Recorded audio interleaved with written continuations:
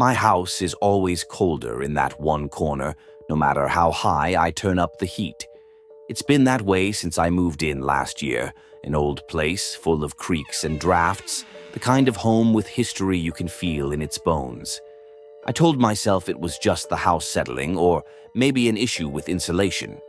But last night, something changed. I was in the living room, sipping tea by the fire, trying to shake off the chill that seemed to hang around that corner. Out of the corner of my eye, I noticed the window fogging up. Only I hadn't exhaled anywhere near it. There, on the glass, were breath marks. Faint at first, but unmistakable. And they weren't mine. That's when I heard it, the whisper. Let me in.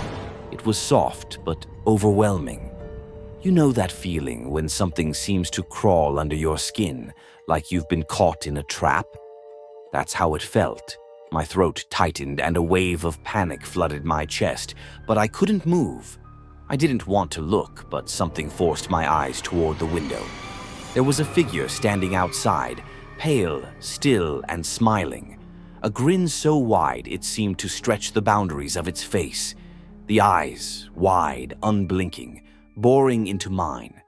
My heart froze, and then the tapping started. A slow, rhythmic beat on the glass. Tap, tap, tap. It was deliberate, like a heartbeat, like it was trying to match mine. I should have run. I should have screamed. But I just stood there, staring, locked in place by those eyes.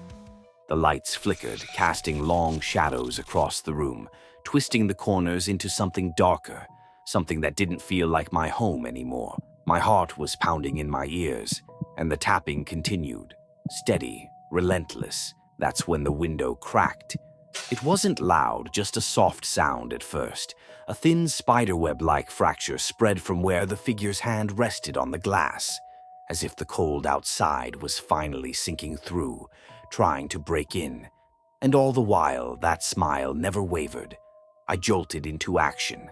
I don't remember thinking, only moving. I stumbled backward, heart racing, and grabbed my phone. My hands were shaking as I dialed 911. The operator answered, but my voice wouldn't come. I couldn't speak, couldn't explain what was happening. All I could do was watch as that smile grew wider, almost splitting its face in two. The crack in the window was growing now, faster and faster. Tap, tap, tap. The whisper came again. Please, let me in. I ran. I don't even remember hanging up the phone.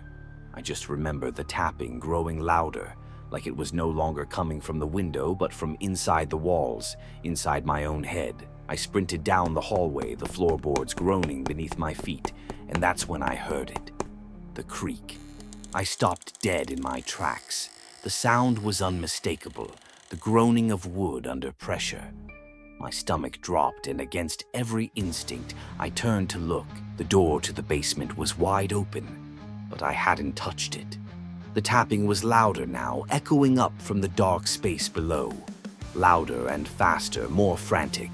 And it wasn't just one sound anymore. There were more of them, overlapping, filling the silence with a rhythmic, desperate knocking.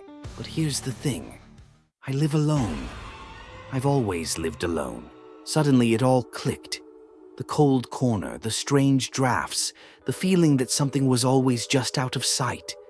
I told myself it was just an old house full of quirks and noises, but deep down I knew something had been waiting, and now, whatever it was trying to come in. The tapping stopped. For a moment there was only silence, thick, suffocating silence.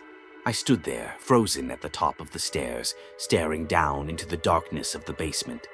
And then I heard the whisper again, closer this time. Let me in.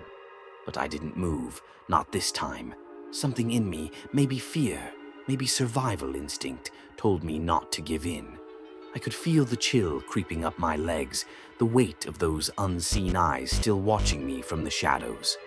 But I refused to take another step. The tapping, the whispers, the crackling window. I shut it all out and bolted for the front door. I ran into the night, cold air biting at my face, and I didn't stop running until I was far from the house, far from that whisper. It's been a week since I left. I haven't gone back. I don't think I ever will. Sometimes I wonder what would have happened if I had opened the door, if I had let whatever was there inside. But some doors are better left closed. Some things, whatever they are better left outside. But every now and then, in the quiet moments of the night, I still hear it. Tap, tap, tap, whispering. Let me in.